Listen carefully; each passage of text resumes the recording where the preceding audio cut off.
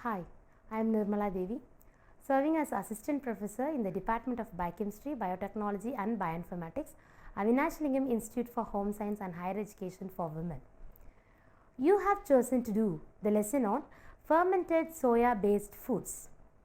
To just look into an overview of it, legumes or pulses are the edible fruits or seeds of pod bearing plants.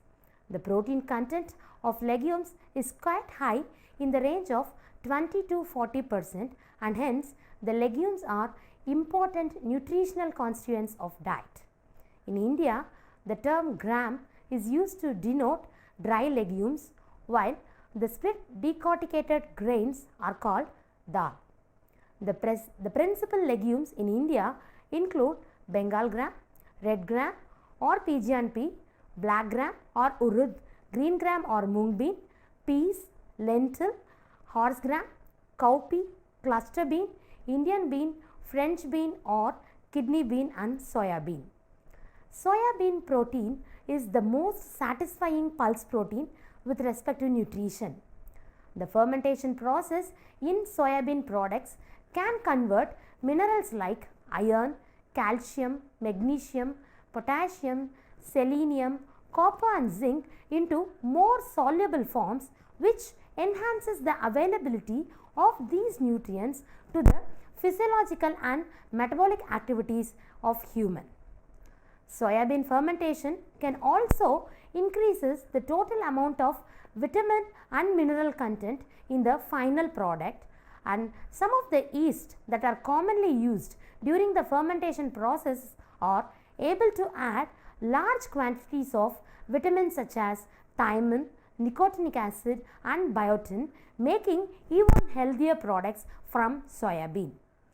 Fermented soya bean food products can help in the reduction of cholesterol level, which also retards the progression of atherosclerosis and have a protective effect against the development of degenerative diseases such as cancer. Fermented soya products also improves the overall intestinal and digestive tract health in some people and increases hyaluronic acid, which helps in lubricating joints and reduce the inflammation that are associated with arthritis. Dietary intake of fermented soya based products also increases the overall bone strength, promotes cardiac health and thus reduces occurrences of several diseases and disorders.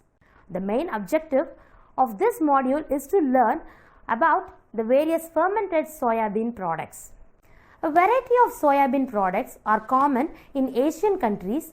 The readily digestible proteins that are separated from the indigestible ones in the form of soybean curd or tofu and soybean milk. Tofu is prepared by grinding soaked beans into an emulsion of a milky fluid, cooking the emulsion and straining. The curd is precipitated from the fluid by adding calcium sulfate. The precipitate is then allowed to settle, collected, washed and finally dried. The off-white color curd has soft texture and can be cut into slabs or slices of required size and finally marketed. The fresh curd obtained from soya bean has protein content in the range of 6 to 18%. Usually, it is stored under refrigeration to prolong its shelf life. Soya bean milk, another nutritious product of soya bean, is prepared by grinding the soaked beans in a stream of water to get an emulsion. The emulsion is cooked for about 20 minutes and additives such as sugar, salt, lime, malt and margarine are added. The cooked milk is then homogenized or emulsified. The milk is either consumed fresh or may be spray dried. Soybean curd and milk are nutritious products, especially for children who cannot digest cow's milk due to lactose intolerance, which is an inherited disorder. Soybean milk contains lower amount of sodium compared to cow's milk and is therefore good for individuals with high blood pressure. Now let us see the fermented soybean products. On the basis of development of modern natural sciences, empirical fermentation techniques became a technology, and many of the procedures originally performed for small trades were developed into industrial processes. Fermentation is an important processing method for converting the non-digestible soya bean into a nutritious, easily digestible food products.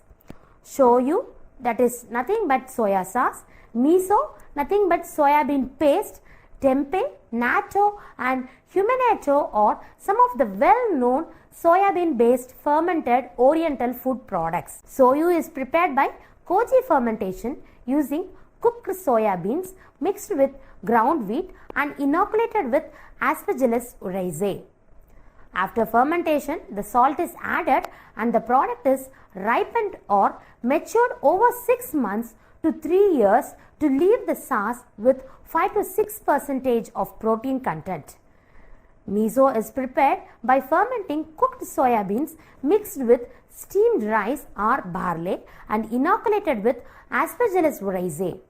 Fermentation occurs over several days, the rate of fermentation being controlled by adding additives such as salt. The final product with 10% protein content has a paste-like consistency and is used in the preparation of soups or served with rice as dressing or side dish. Miso has anti-aging properties and helps to maintain healthy skin. It also boosts the immune system, lowers the risk of cancer, improves bone health and promotes a healthy nervous system. Tempeh is a highly nutritious food rich in protein and amino acids with strong smell. It is produced by fermenting cooked and mashed soya beans with Rhizobus oryzae. Tempeh reduces cholesterol, increases bone density, reduces menopausal symptoms, promotes muscle recovery and has the same protein quality as meat. It contains high levels of vitamins such as B5, vitamin B6, B3 and B2. Natto with a different flavor is similar to tempeh and is fermented using Bacillus subtilis. It contains the extremely powerful probiotic organism Bacillus subtilis, which has been proven to support the immune system and cardiovascular health. It also enhances the digestion of vitamin K2.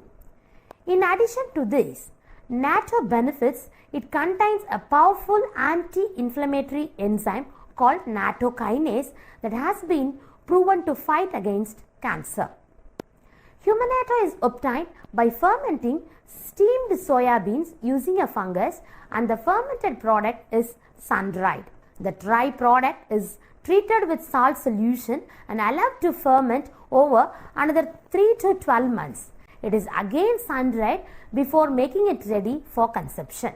The preparation of many indigenous or traditional fermented foods and beverages remains today as a house art. They are produced in homes, villages and small-scale industries. On the contrary, the preparation of others such as soya sauce has evolved to a biotechnological state and is carried out on a large commercial scale. Legume-based fermented foods are very popular in the Southeast Asia, the Near East and parts of Africa. They form an appreciable part of daily diet of people as a main source of protein, calories and certain vitamins. Preparation of legume-based fermented foods has remained to some extent an art, and their nutritional quality has been of interest to both professionals and laymen. The fermentation process helps not only in improving the organoleptic quality of legumes but also enhances the nutritional quality. This module here elaborately describes the production of various soya-based fermented foods and critically assesses their nutritional quality. Now let us see the production of fermented soybean products.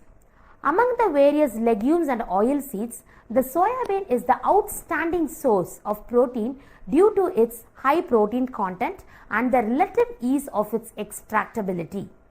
The soya bean has been intensively studied and many processes have been developed to obtain and modify its protein for special purposes.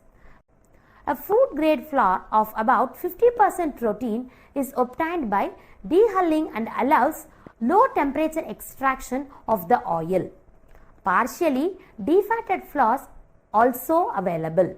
The defatted flour can be further concentrated in protein by acid washing starch and other components from the acid precipitated protein, or it can be still further concentrated to the isolate stage by dissolving the defatted flour in alkali, filtering, reacidifying and centrifuging the precipitated protein from the whey. The protein isolate can then be modified by enzymes and other treatments to affect its solubility, viability and other properties and then spray dried. Or the isolate can be dissolved in alkali, forced through the holes of a spinneret and recoagulated into fibers in an acid bath.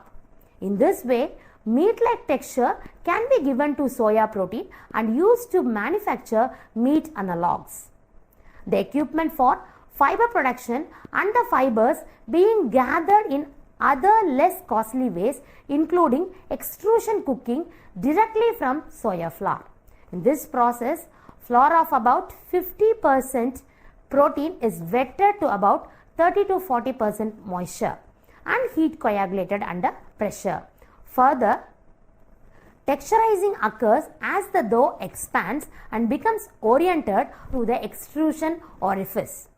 The dough is then cut into chunks and dried. Upon reconstitution and cooking, its texture and appearance are remarkably like meat. Such products are less costly than meat and are increasingly being used as a partial replacements for meat in meat-containing mixture. The processing of soya beans into edible protein foods is often associated closely with or related to the grain milling industry. Oil and defatted meal are the main products for animal feed, but present emphasis on protein quantity and quality of food has focused attention on soybean proteins. Protein products can be in the form of grits, concentrates or isolates. Edible soybean flour or grits in the form of full fat, low fat or defatted or manufactured from the bean by steaming to inactivate enzymes, cracking, dehulling, oil extraction and grinding. Full fat can be made from dehulled beans by extrusion cooking. Soya flour can be used to produce protein fortified bulgur, sorghum grits, corn soya blends or wheat flour. The usual procedure is to blend the desired products in a commercial mixture. Large quantities of soya cereal blends have been manufactured, especially for export to developing countries to provide high protein diets. Tempe kedel, a fermented product of Indonesia, is prepared by incubating the soaked soya beans at a warm place, which are knitted into compact cake by a fibrous mold mycelium for 1 to 3 days. The cake is then sliced thin and deep fried or used as a meat substitute in soups. Fermented whole soya beans are available commercially in different parts of the world with different trade names. These are consumed with boiled rice or used as a seasoning agent with cooked meat, seafoods and vegetables. Fermented soybean paste are believed to have been originated in China in 600 AD and are available with different trade names in various parts of the world as miso in Japan, chiang in China and taco in Indonesia and doenjang in Korea. Tempeh is a traditional mold fermented food in Indonesia, though it has also attracted interest in the Netherlands and United States. It is produced from soya beans and is also known as tempeh kedel. The process of this production is outlined. Whole clean soya beans are soaked overnight in water to hydrate the beans first. A bacterial fermentation occurring during this stage decreases the pH to 4.5 to 5.3. The hydrated beans are dehulled and the moist cotyledons cooked, a process which pasteurizes the substrate, destroys the trypsin inhibitor and lectins that are contained in the bean and release some of the nutrients required for fungal growth. After cooking, the beans are drained and may be pressed lightly to remove excess moisture before spreading into a shallow bamboo trays and allowed to cool. Starter culture is added either by mixing some tempeh with the cooked soya beans prior to packing in the trays or by sprinkling a spore inoculum prepared by extended incubation of a piece of tempeh onto the beans. The fermentation is invariably a mixed culture of molds, yeast and bacteria, but the most important component appears to be Rhizopus oligosporus, although other Rhizopus species and mucus species are often isolated. Over 2 days incubation at ambient temperature of 30 to 35 degrees Celsius, the mycelium develops throughout the mass of beans, knitting it together. During fermentation, the pH rises to around fungal proteases increases the free amino acid content of the product and lipases hydrolyze over a third of the neutral fat present to free fatty acids. Unlike many fermented foods, tempeh production is not a means of improving the shelf life of its raw material, which is in any case inherently quite stable. Tempeh contains antioxidants which retard the development of rancidity but will keep for only 1 or 2 days as sporulation of the mold discolors the product and a rich ammoniacal disorder develops as proteolysis produce. Fresh tempeh has a pleasant nutty odor and flavor can be consumed in a variety of ways, usually after frying in oil. In addition to improving acceptability, fermentation also improves the nutritional quality of soya beans. In part, this stems from the reduction or removal of various anti-nutritional factors at different stages in the processing. Destruction of the trypsin inhibitor and lectins during cooking of the beans has already been mentioned, and levels of phytic acid which can interfere with mineral nutrients are also reduced by about a third in the course of processing. The notorious ability of beans to produce flatulence is also regarded as an anti-nutritional property and flatulence inducing. Oligosaccharides such as tachyose and raffinose, which are trisaccharides that are partially leached out of the beans during the soaking stage. Despite the extensive proteolytic changes that occur during fermentation, studies have failed to show that the protein in tempeh is more easily digested. With the exception of thiamine, which decreases, other vitamins increase to varying degree during the fermentation process. Vitamin B12, the anti-pernicious anemia factor, shows a remarkable increase, and this is associated with the growth of the bacterium Klebsiella pneumoniae during the fermentation process. The usual source of this vitamin in the diet is the animal products, and it has been suggested that tempeh could be an important source of vitamin B12 for people subsisting on a largely vegetarian diet. Tempeh can be made from a number of different plant materials, including other legumes, cereals, and agricultural byproducts. Now let us see the production steps that are involved in the production of soya sauce. Soya sauce can be produced that involves the microbe mold activity in a two-stage fermentation process, as described here in this flow chart.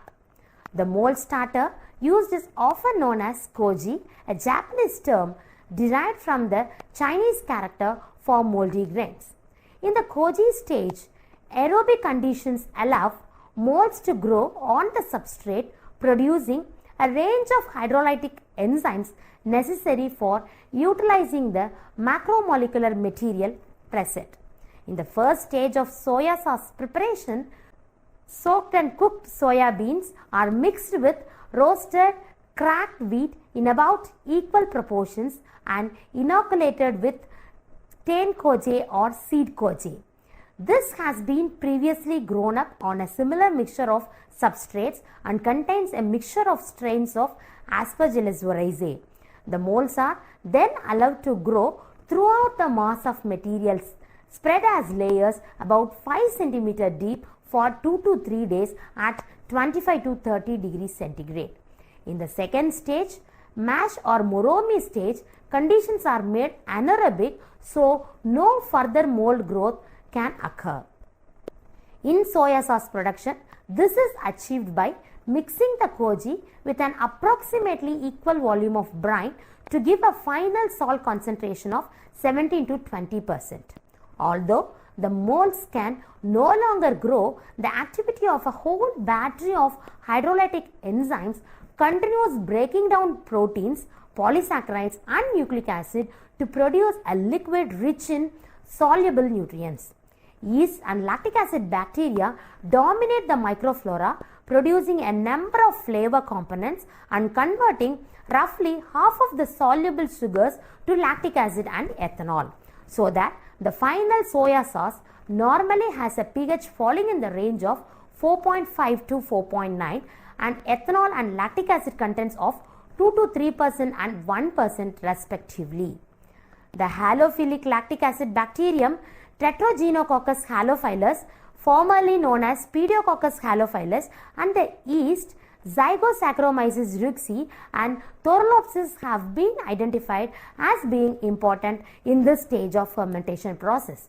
The moromi stage can be quite protracted, lasting up to a year more, at the end of which the mash is pressed to remove the solid residues, which may then be mixed with brine to undergo a second fermentation process and produce a lower grade product. The liquid is pasteurized and filtered, possibly after a period of maturation, and then bottled. As soya beans contain high levels of proteins and oligosaccharides but no significant level of simple sugars, fermentation by lactic acid bacteria and yeast requires the exogenous saccharifying enzymes supplied by the koji. Rather, simple steps are involved in the production of soybean paste known as miso in Japan and chiang in China. These include up to 40% of a grain such as rice or barley, use dry salt rather than brine, and employ a shorter fermentation so that the product has the consistency of a paste rather than a liquid. Fermented soybean liquids, light brown to black in color with meat-like salty flavors, commonly known as soya sauces, are prepared by hydrolyzing soya beans in China and Korea and mixture of soya beans and wheat in the country Japan using enzymes produced by Aspergillus oryzae in a strong salt solution. These are known as shoyu in Japan, chiangyu in China, kikap in Indonesia and kanjang in Korea. Various methods of using soya beans for the preparation of different fermented foods including soya sauces were studied. Soya sauce fermentation has been reviewed in detail, indicating the involvement of two distinct basic processes. The first one includes the fermentation with microorganisms, and the other chemical process involves the use of acids to promote the hydrolysis of the ingredients. The microbes used in soya sauce fermentation are molds, Aspergillus oryzae or Aspergillus soyae, homofermentative lactic acid bacteria, Pediococcus cerevisiae or Lactobacillus delbrueckii, and yeasts including Saccharomyces ruxi. Various groups of bacteria and yeast predominate in sequence during the fermentation, producing lactic acid from simple sugars and causing a fall in pH. To conclude this module, the consumption of energy-rich food in developed countries is so high that more and more diseases can be attributed to malnutrition. Unfortunately, most people have too little awareness of nutritional requirements and the relationship of food preference judgments to these needs. Another consideration for future research is the contribution of the enzyme inhibitors in fermentations. In addition to their already discussed significance as anti-nutrients in the finished product, protease, amylase and other enzyme inhibitors are expected to influence the rate and the extent of important bioconversions that occur during indigenous fermentations. From this perspective, research leading to new fermentation technologies should be sensitive to social and economic factors in developing countries. Rapid displacement of traditional foodstuffs in developing countries with technologies developed in more affluent countries may result in centralized production, distribution problems, less local involvement in food processing, less employment in some areas, less nutritionally adequate substitutions in raw materials, displacement of traditional arts, dependence on importance of equipment and materials, initially require the use of outside consultants and may otherwise not meet local needs as fully as traditional fermented products. On the other hand, indigenous fermentations may have a number of problems, that is, they are uncontrolled and often unhygienic, labor intensive, seen as primitive by some people, or normally not integrated into the economic mainstream, difficult to tax, have limited export potential, and in some cases the impact on nutritive value and safety is questionable.